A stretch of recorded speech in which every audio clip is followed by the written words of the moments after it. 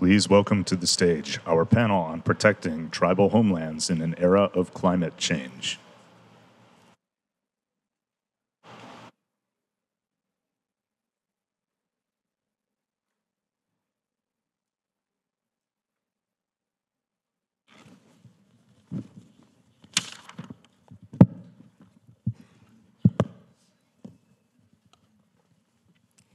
Greetings, and welcome to the Tribal Nations Summit panel on protecting tribal homelands in an era of climate change.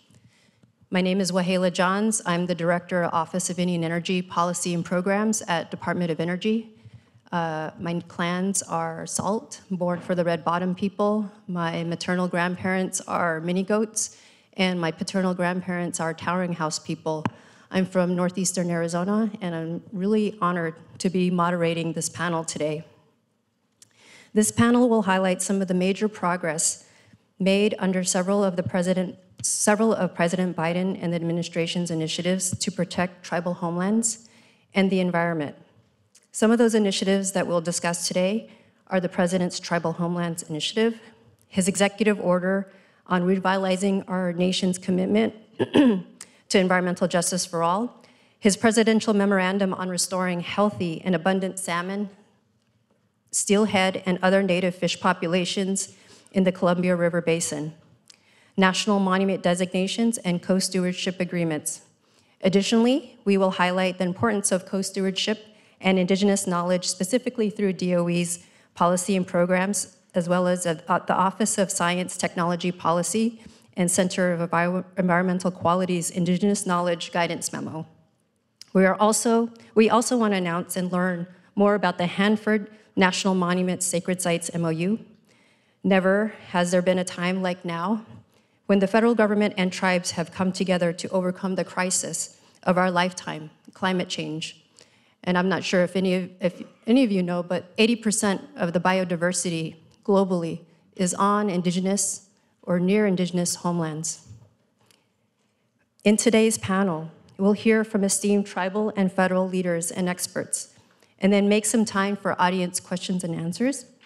I'd like now to introduce our panel and ask them to provide opening remarks about the issues and actions they are working on in this space. First, we will hear from Nancy James, Chief of Gwichyaa, Zhee, Gwich'in in tribal government. Chief James, I'll hand it over to you. Thank you, and good morning. It is a privilege and an honor to be asked to be part of the panel. I'd also like to, before start, Zhee Chukdren Inta Nitlisha Girecha and Jet Nitlisan Rinjil. I'm happy to be here to talk to the chiefs.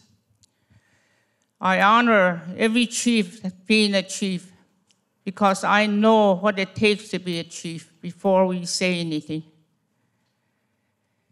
But global warming, first of all, I'd like to acknowledge the tribal administration for recognizing global warming. It is beyond reality when we have to be talking and convince people that their global warming is happening. Let me give you a reality check. I'm from Fort Yukon, Gwichyaa, 8 miles above the Arctic Circle. It's recorded in the state of Alaska, it has the coldest temperature of 72 below, 100 above in July. As of December 4th, the coldest that we have received so far, which we should be thankful for, but you could see the reality of the global warming that's affecting our people, the way of life, food security. It's becoming to be a #1 problem for our people. But I was going back to, it was only 23 below. That's the coldest that we have gone so far. Reality check. When you go down on the river, and you could, in the month, even now, our people cannot cross that river. And that's not just for Yukon. This is across Alaska. Many of our people need that river to go to the villages and to visit each other, but most of all, to do subsistence way of life and fishing and hunting. We have a fishing issue because of global warming, even though people will not recognize it, because of the water change, the ecosystem. And the fishing are people that sacrifice in the lower Yukon, all the way up to our neighbors and the Canadian. We are asked not to fish. Is that not because of global warming? Because of the water and less water? Reality check.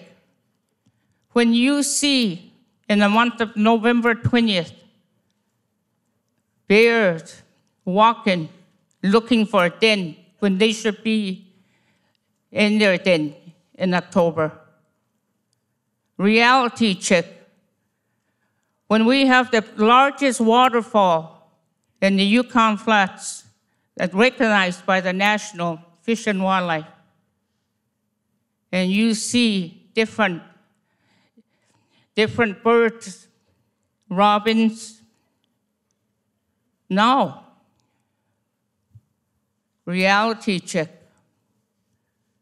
Global warming has affected every one of us today. And we need to be thankful to be good stewards of the land as Native people that we have been given, because it reality check to our chiefs and to remind myself to take care of our people, to be good stewards of the land and resources and the animals surrounding us. We are instructed when we are given by that land. And to recognize that instruction to take care of our people and the resources. And yet we're talking about food security. Food security. And our people in the Yukon Flats area and our neighbors further down in Anvik, our Canadian brothers and sisters in Canada, we are sacrificing fishing food security. We are asked by the state not to fish. And you know what?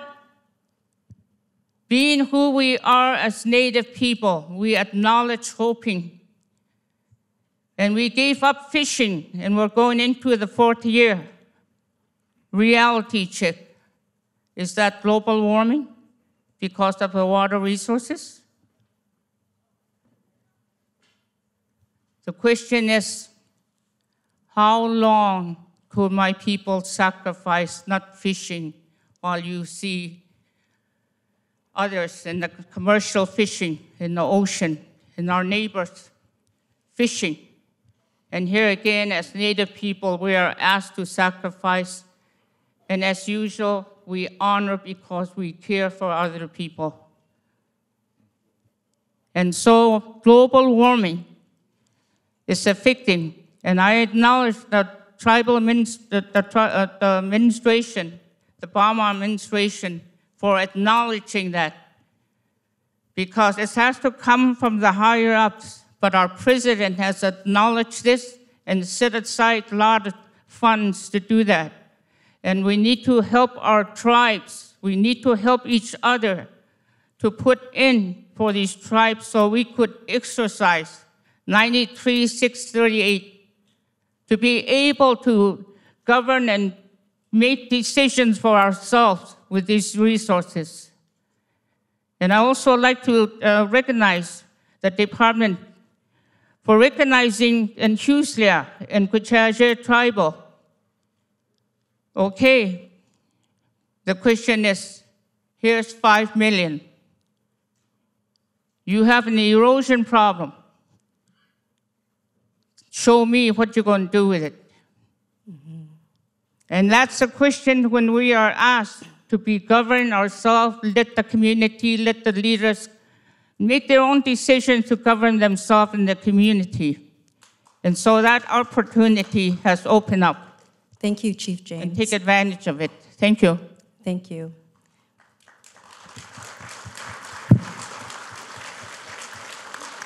Thank you for those remarks, Chief James. Next, we'll go to Tyson Johnston, the Director of Self-Governance of the Quinault Indian Nation.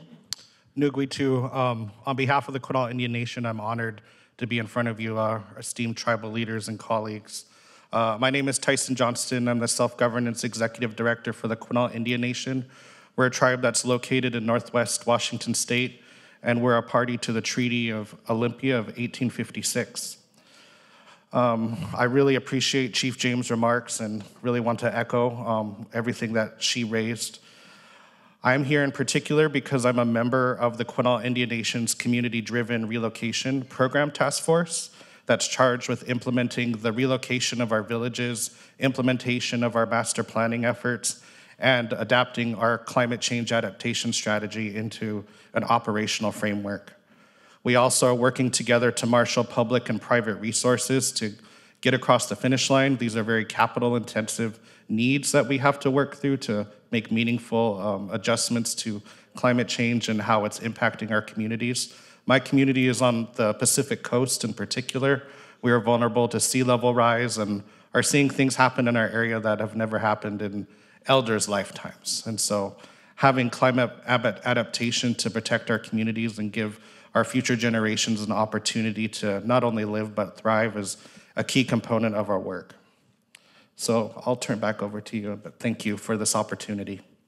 Thank you, Director Johnston. And next we have Secretary of Department of Energy, Jennifer Granholm. Great, thank you, Wahleah, thank you. I mean, Wahleah works in the Department of Energy and is amazing. So grateful for your leadership and guidance. And so grateful to be on the panel with these incredible tribal leaders, as well as, of course, Brenda Mallory, who's my partner in making sure we address climate change in the federal government. So I just briefly, the Department of Energy has a lot of resources to be able to now help tribes achieve your own goals and aspirations with respect to clean energy and addressing climate change. It's been part of our legacy. I mean, the department and our Office of Indian Energy has helped tribes in the past. I think, for example, Chief James, I think we helped provide solar panels for a greenhouse and a community building. In 2021, Director Johnston, I think we helped similarly, solar on community. Just a couple of examples. We want to do this in a very broad way. So our efforts are about supporting tribes build their own energy capacity. Second, about supporting projects that make energy affordable and reliable and accessible. When I say affordable, of course, we know that solar energy is the cheapest form of energy in many places.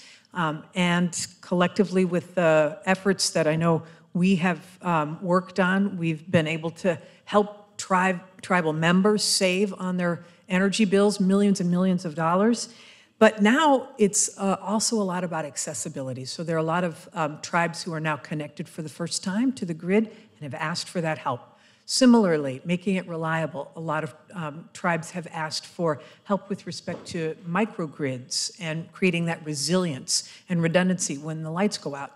We have, because of the president's agenda, we have resources now to be able to help. So let me give you an example.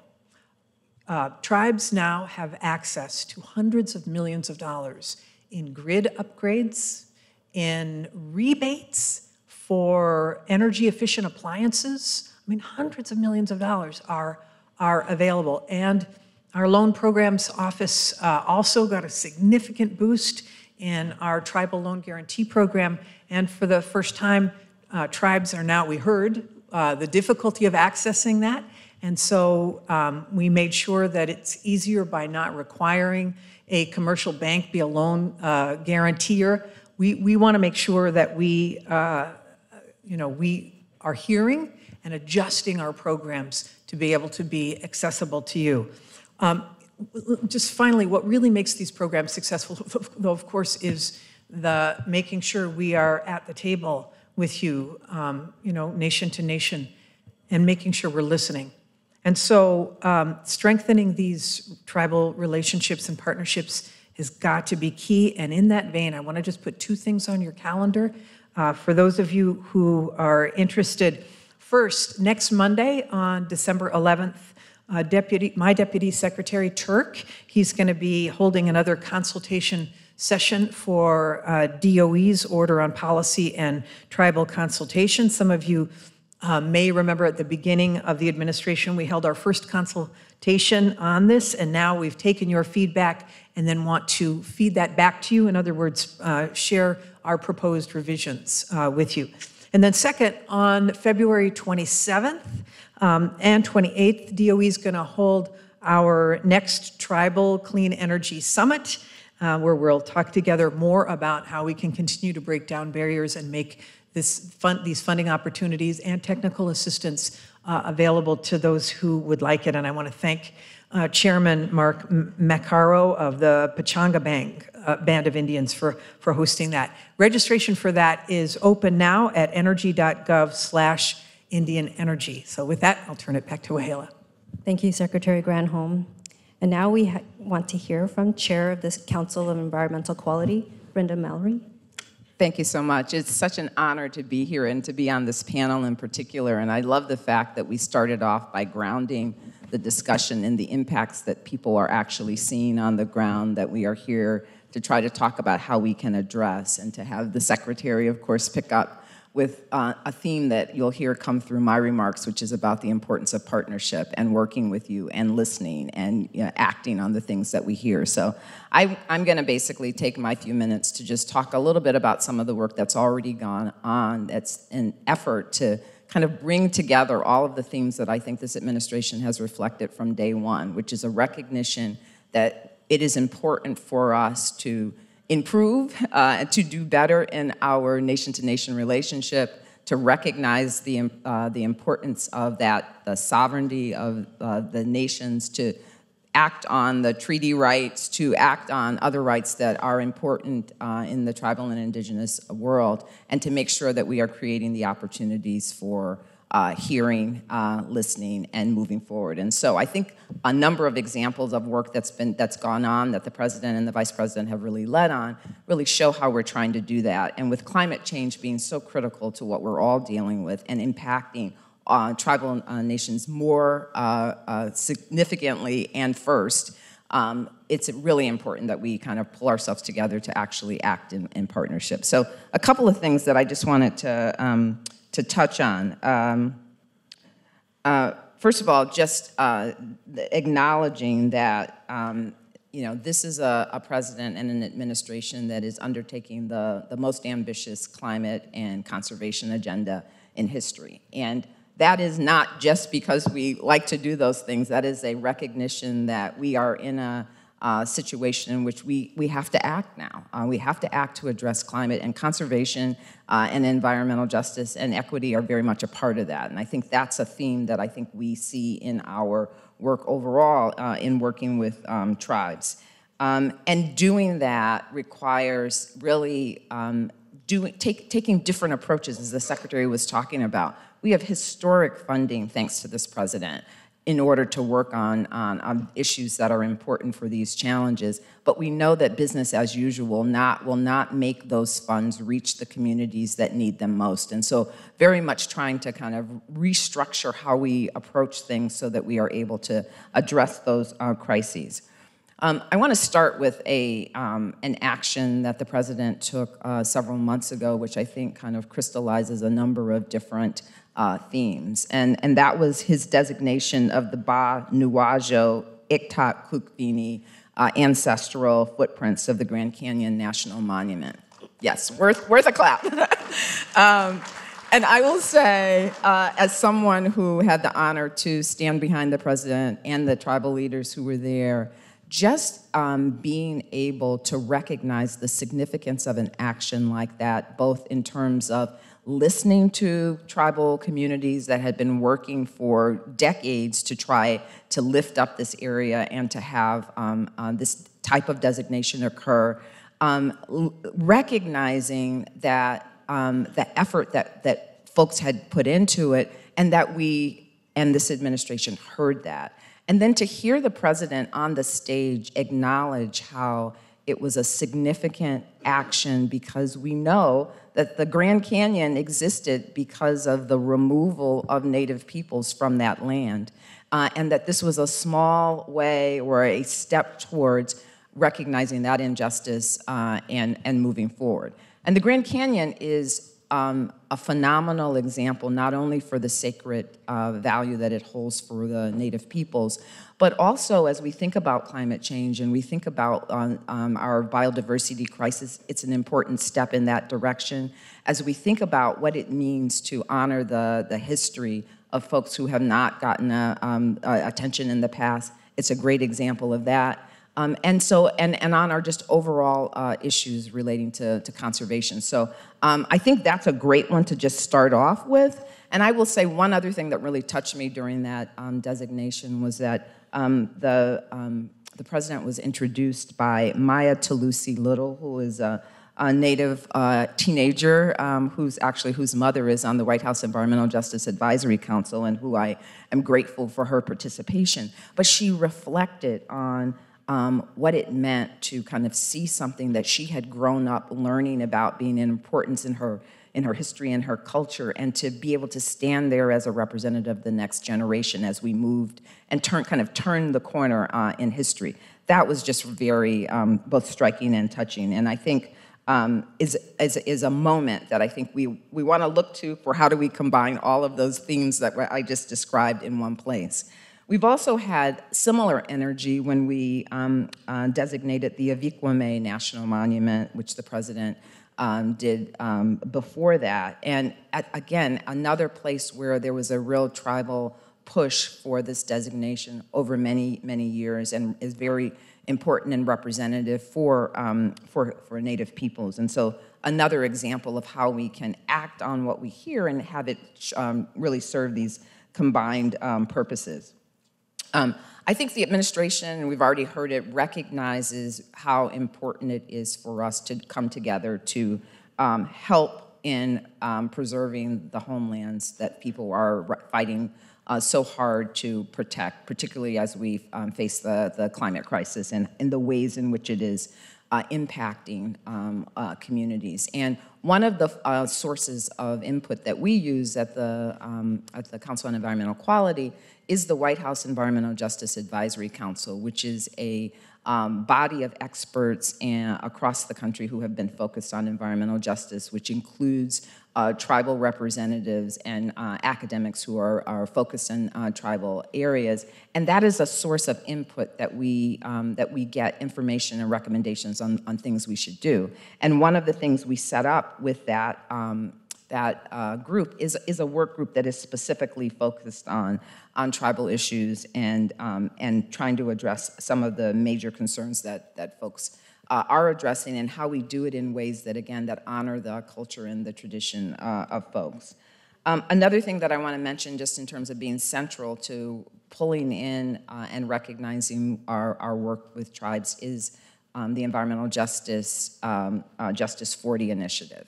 And the Justice 40 Initiative is the president's commitment to deliver 40% of the overall benefits of investments in the climate and clean energy space to people who have generally been underrepresented. And we include in that tribal members in our climate and economic justice screening tool with CEQ put out last year. It designates areas that are tribal lands as communities in which we try to prioritize where resources go. And so that's another place in which that focus on needing to do something differently if you want to have the outcome that you want is really important. A specific grant that is very much part of that program is the Climate Justice Community Change Grants that EPA recently announced. And here again, grants.gov is where you should go to learn more about those and what the opportunities. It's a new way of doing many of our programs, and I think creates an opportunity for folks. And so I'm going to stop there and say thank you all for being here, and I think it's really important that we continue this partnership moving forward. Thank you, Chair Mallory. Next, we're going to go to, a good colleague of mine, Bryan Newland, Assistant Secretary of Indian Affairs at the Department of Interior. Miigwech, thank you, Wahleah. Buju Minogijip. My name is Bryan Newland. I serve as Assistant Secretary for Indian Affairs. I'm Ojibwe from the Bay Mills Indian community, way up at the top of northern Michigan, or way down south for you, Chief James. I'm gonna be brief, and my mom always says to me, she says, "You lawyers are always talking about briefs. You're never brief." But I'm gonna do my best. You know, you've heard a lot already this morning, and you'll hear over the next day and a half about the administration's commitments. But at its core, I think it can be best summarized as a mission statement that we believe that it is our trust responsibility to protect the ability of every Native person here in the United States to lead safe, healthy, and fulfilling lives in their homelands. That's our mission statement. And so much of what we're going to talk about is flowing off of that. And 3 years ago, related to that, President Biden made a commitment to Indian country that his administration would make it easier for tribes to place land into trust.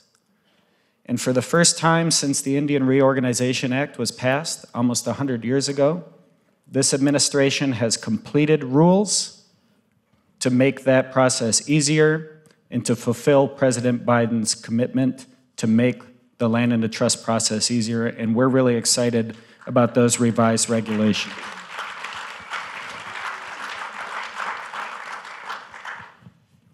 And this commitment also includes addressing climate change, because we have to protect the ability of tribes and Native people to live in their homelands, to stay in their homelands. Just this past July, this administration announced here at the department the availability of $120 million in grant funding for tribes across the country to make your communities more resilient to climate change. So for perspective, the BIA has been issuing these tribal climate resilience grants for more than 10 years. And this round of funding this year, thanks to the President's Bipartisan Infrastructure Law and the Inflation Reduction Act, this year's grant announcement is more than the previous 10 years combined for tribes. And that is funding that's available to tribes across the country to address however climate change is impacting you. In some places that's drought, in some places that's wildfire, in some places it's flooding and coastal erosion. It might be the degradation of ecosystems that affect your ability to harvest foods that you've always relied upon. That funding is available to help make your communities more resilient to climate change so you can stay in your homelands and lead those safe, healthy, and fulfilling lives where you've always been. In addition to that, we have made this historic investment across President Biden's administration. I can say from my previous time working here at the department in an earlier administration, you know, President Biden's commitment to asking all of our agencies across the government to work together to solve problems is very real, and we've been able to do that. And so we have invested, just through the Department of the Interior, more than $135 million in community-driven relocation for those tribes that are acutely and immediately affected by the climate crisis. And we have worked with the Department of Energy, we've worked with FEMA, we've worked with USDA, all across this administration to make this possible. And so you've heard from Chief James about what that means, a $5 million investment in Gwich'in, and I was able to visit last spring. Thank you, Chief James, for hosting us. She got me out on the dance floor to do a jig with some of the community youth, and thank you so much for never showing anybody the video of that. And you'll never see it. And I was also able to visit Quinault last spring as well to see what is nearly a $30 million investment into their work to relocate their community off the coast.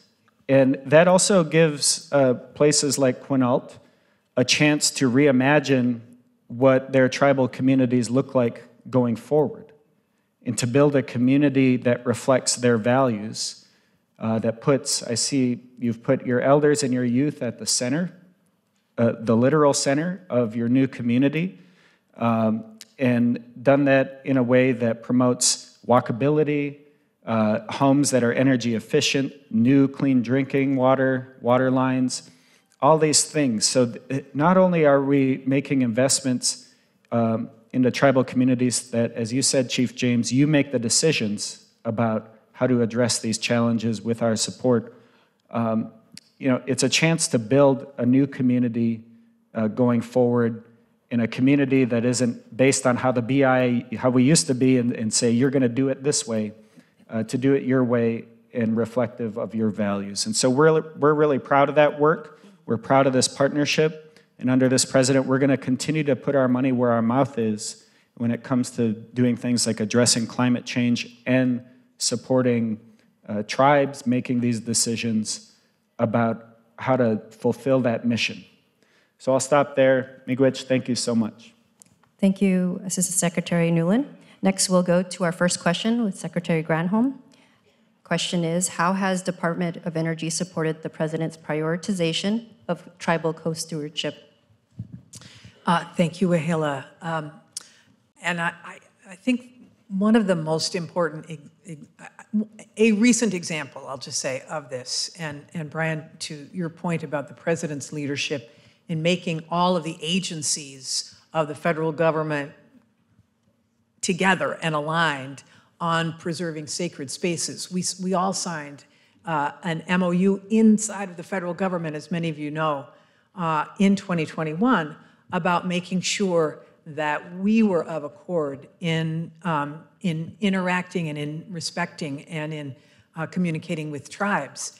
And so in that vein, last year I visited what is known as the Hanford site. This is a big 586-acre site in Washington, D.C., where the Manhattan Project was making weapons for World War II. And that 586-acre site is actually the ancestral homeland to the Yakima, the Umatilla, the Nez Perce, and the Wanapum people. And over the course of time, as the cleanup was going on in this 586-acre site, the federal government had sort of walled it off. I mean, fortunately, the sacred sites had also been protected, but the tribes could not access them in the way that they should have been able to, right? So when I went there last year, I sat down with the tribal leaders, and they were telling me about how they were restricted from being able to, have ceremonies, do traditional, activities, especially with respect to medicine, et cetera. They were very frustrated that this was their ancestral homeland, and because of national security reasons, it had been shut off to them. So that really moved me, and they asked for my help. How can the federal government come to our aid and allow us to work together to give us access and stewardship over these sites?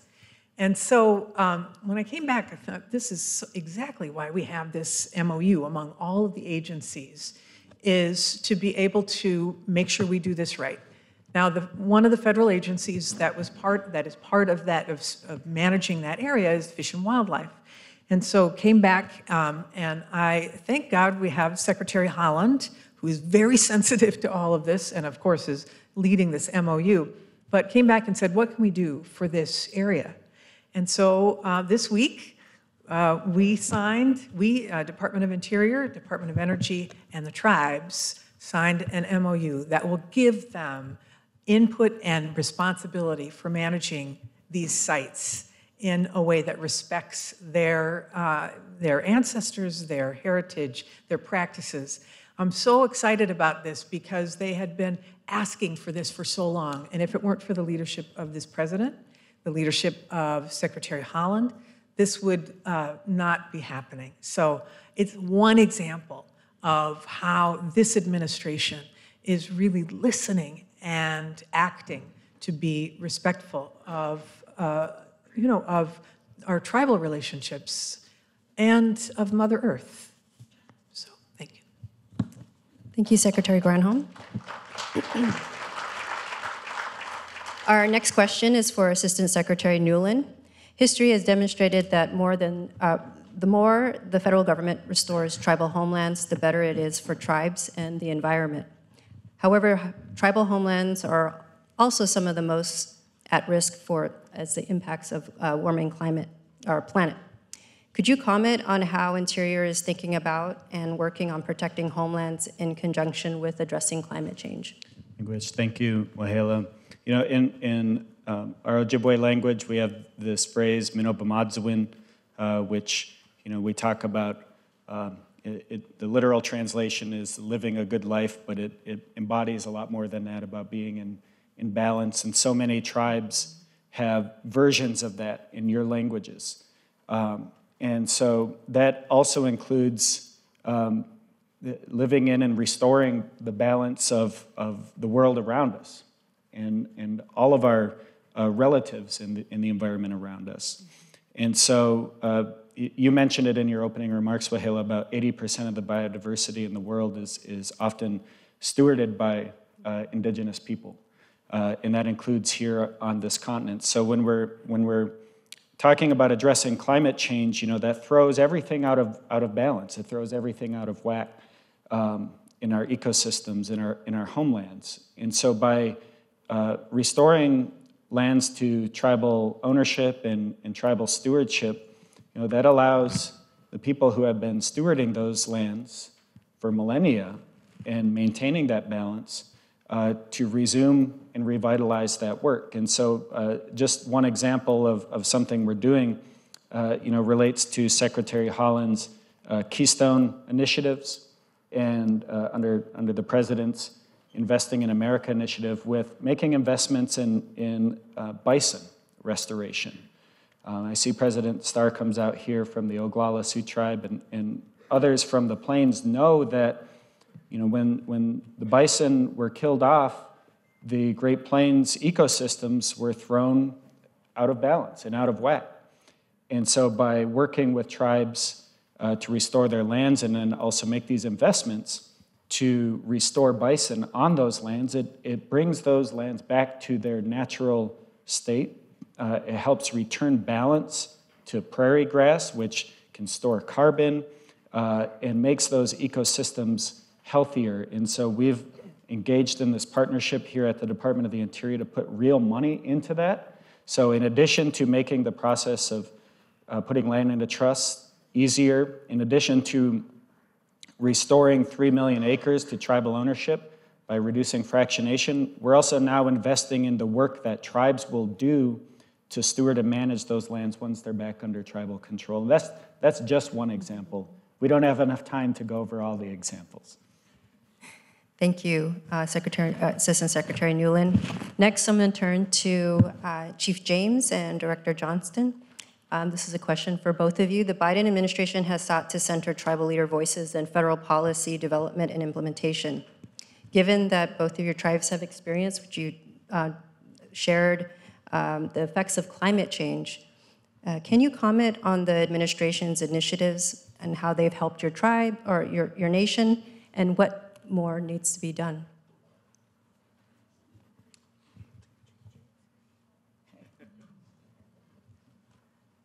what more could be done? I think that's the next step, or in the process, is that climate change, the reality of it, that we need to accept it. We also need to do something about it within our resources, especially in the natural resources in our land, protecting our land. What can the administration do? I think once any tribe that does get a grant, I think the knowledge and the task force should be set up on a climate change affecting the communities. It is true that we're having a flood and everything else, but we also need a task force with our elders that has knowledge of it to help our young people that's taken over our tribes. And also when we fund it, like I said, let the community and the elected officials decide what's best for them in the community. Thank you. Director As was already stated, $120 million is a historic investment from the Biden-Harris administration to start to move the needle forward from climate-related impacts. Targeted investments such as these are sorely needed in Indian country. For many of us, our traditional science, traditional knowledge, we've already known that climate change is an issue well before it became popularized in the mainstream and accepted by mainstream science. And so now that these targeted investments are starting to occur, tribes that are smaller, that don't have access to capital, are finally getting the resources they need to move from the planning phase and into the implementation phases of their work. Another thing that's important to remember when we move into this era and start addressing these issues meaningfully is that I think it's essential that we incorporate the self-determination principles and self-governance framework for this new funding opportunity. This allows for the maximum flexibility and ability for tribes to implement their own innovation. It's hard sometimes when federal funding or other resources become available and there's a lot of red tape where there's a lot of things that make it difficult for us to truly create a plan that meets our tribe's values and needs. So allowing us to move forward as a value set that we have maximum flexibility with these resources is going to be paramount. There's 567 federally recognized tribes right now, and all of us are going to have different adaptation strategies and different priorities moving forward. So boxing us in and keeping us in kind of bureaucratic red tape is really not going to work if we want to continue to make meaningful change. By having this flexibility that's built into the pilot project now, Quinault has been able to leverage that federal investment for additional resources in the private sector and as well as from state funding. We're able to receive another $12 million by being able to leverage this federal resource from the state of Washington from a carbon reduction act that they prioritize that allowed us to further supplement this work. But when you look at what the total costs are going to be required in our communities, we costed this out years ago, pre-pandemic, and we're looking at, for one village, $150 million to $200 million of capital needed to really move our villages out of harm's way. But now, post-pandemic, we've seen construction costs, expertise, and other assistance that's necessary increase by a minimum of 40% across all sectors. And so this is very costly work, and without access to capital to do anything about it, it just becomes a plan that sits on a shelf. Any climate policy in the United States that's adopted isn't going to be successful unless it meaningfully includes tribal nations. Any climate policy that exists now isn't going to be successful if it doesn't meaningfully think about the treaty relationship and the trust responsibility that we have between the tribes in the United States. Projects like the ones we're working on, the pilot project for the CDRP, I believe should be made permanent and operationalized as a framework for all tribes as we inevitably come to terms with the climate-related impacts that our future generations will face.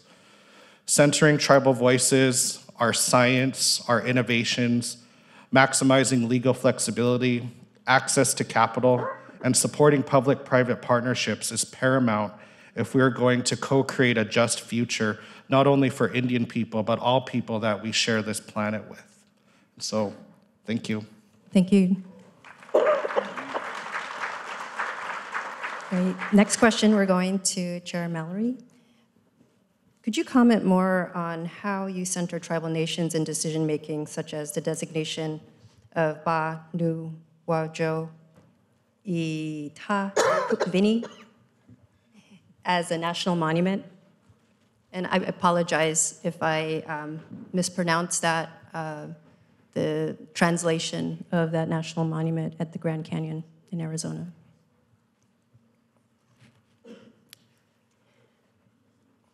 It's not emotional. It's just my voice is gone.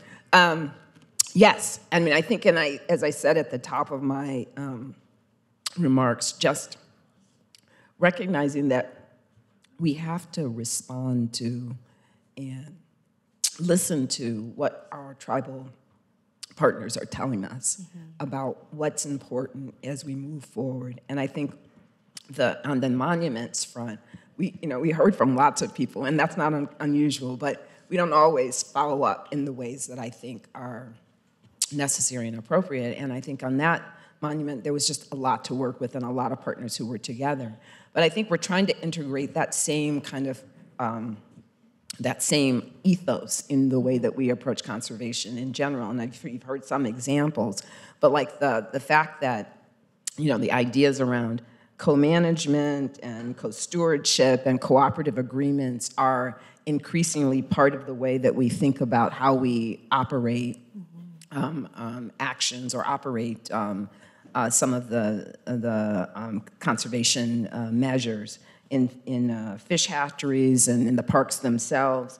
Like, those are important steps, and they're going to vary because obviously there's different legal frameworks that cover different types of land, but just leaning into the idea that there is important, there is history and value.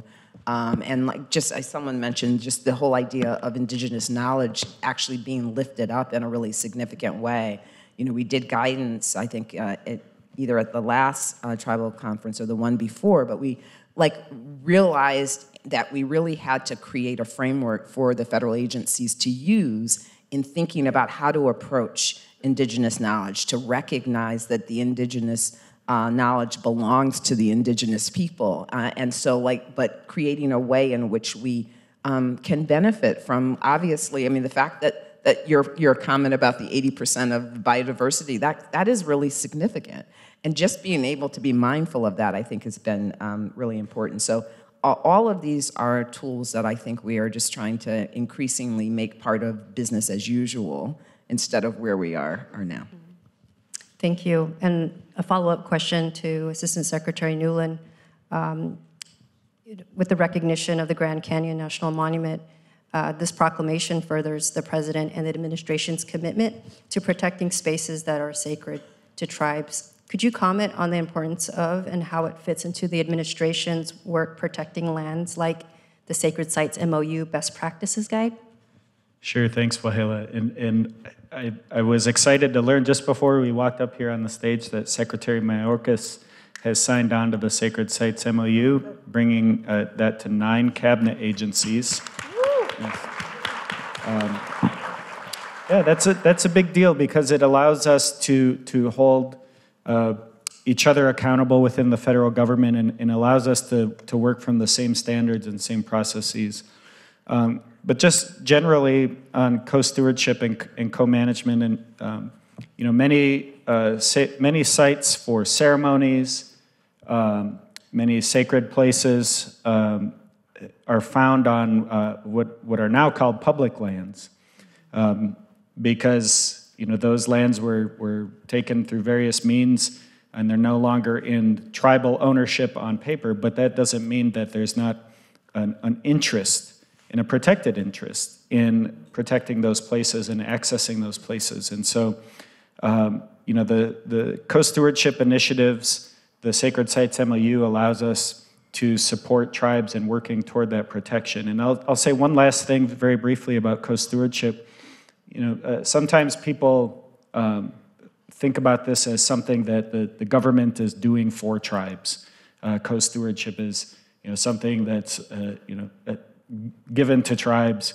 And, I think we always like to point out that this benefits the entire country because the United States manages, hundreds of millions of acres of what we call federal public lands. Why wouldn't we want added capacity, added expertise, millennia of knowledge and understanding of how to manage those lands? Why wouldn't we want people who have that at the table to benefit not only Indian country, but the entire country? And really, when we're talking about climate change, this is a global effort.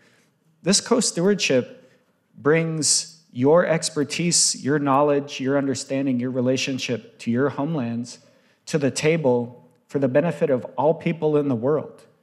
And so it's not something that that the federal government does for tribes.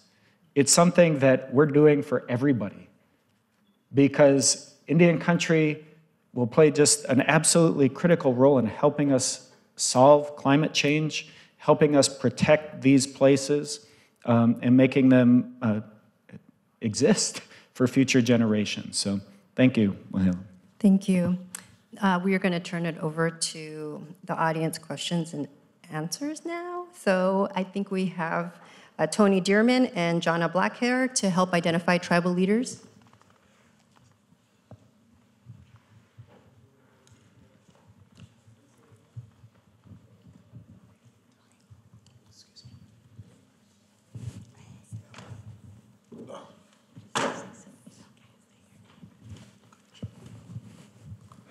Yeah, hello, my name is Jimmy John Thompson. I represent Temesha Shoshone Tribe. We're located in Death Valley National Park. I also sit on several committees, Trim Tech and NetWig. We deal with nuclear waste and storage, transportation. And there's a lot of talk about the clean energy. We're located in California and Nevada, as I spoke earlier. And a lot of this clean energy push is getting pushed into Nevada, a lot of the mining. And some of it's even being funded by the federal government. None of the funding is going to the tribes, and we also feel like we are going to be the ones facing the biggest impact there. The entire state is just being overrun by folks from Canada and South America looking at the lithium mines and everything else, including nuclear. And we're concerned. We don't want to look back at this in 20, 30 years and see all of our lands as a Superfund site, and that's how we see it's going to happen. And it's all going to be in the name of clean energy. I just want to point out that we are very concerned, and we would like to see something done about that. It just isn't looking in favor in our way. Just want to point that out. Thank you for those remarks.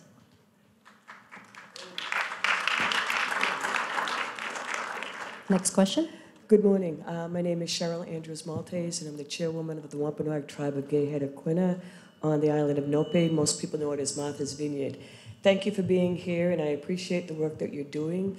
However, we're concerned in the east, and particularly our coastal tribes, because while we're pursuing the clean energy of 30 by 30, we're ignoring the negative impacts of wind energy that are having a detrimental effect on our sacred sites, our ceremonial sites, and our submerged underwater archaeological resources, as well as what it's going to do not only on the East Coast, but throughout the Gulf of Mexico, as well as the West Coast.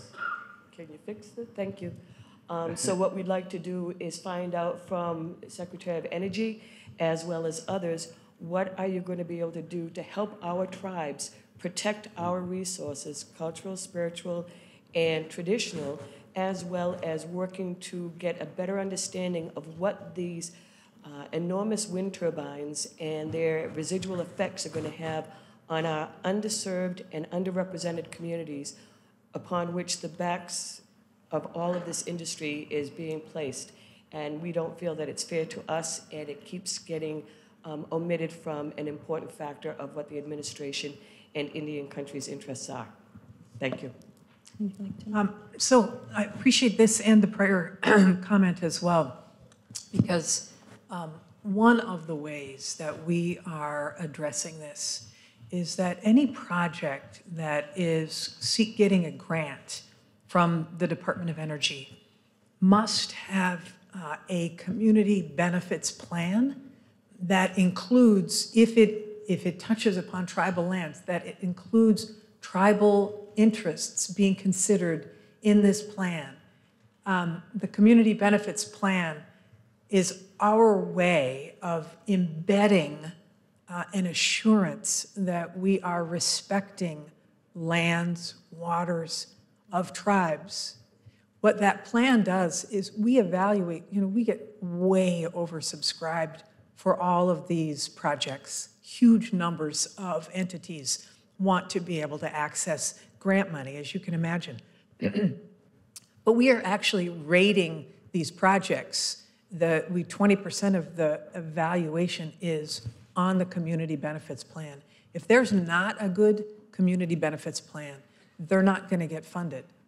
And so it has never happened before in any administration that a community benefits plan has been required in order to get grant funding.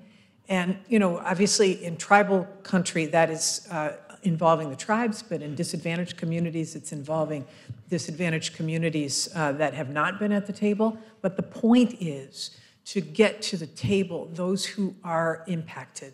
And we don't want to be funding entities that are going to be destroying sacred sites, obviously. We don't want to be doing anything that damages the land and the water and the air. And at the same time, we recognize that the planet is on fire and that we have a huge sense of urgency about trying to remove greenhouse gases and not being reliant upon fossil fuels, which create carbon pollution, which cause climate change. So and I know you all, and I know climate change has been top of the list. We at the Department of Energy have a lot of the technological solutions, but how those technological solutions are deployed in place depends on communities. And so I just want you to know that we are really working on this piece of things in terms of how we can fund. Now, things that don't require DOE funding or private sector may be doing other stuff that doesn't impact us. But what we're focused on is making sure communities are at the table. Thank you, Secretary Granholm, and I appreciate the questions and really want to also, we're out of time, unfortunately. There are going to be many of us from different agencies that will be here and happy to continue to further the discussion. And I just want to appreciate all of you relatives for making the travel here and participating at this Tribal Nation Summit. I also want to thank the Chief James and Director Johnston for also traveling and being on this panel. Your input is very valuable perspective that you shared. I'm going to take that to a lot of the work that I do. So I just want to thank you for being here and sharing those words. And then also leaders here, it's just amazing to be in partnership as we continue to work towards providing solutions. And I always say, tribes are leading the way. We've been seeing it in a lot of the opportunities or grant opportunities that we help to support in our office. There's over 200 mostly clean energy projects that tribes are leading and have been leading for over 10 years. So I just want to give you all a round of applause and then also the panel. And thank you for joining us this morning.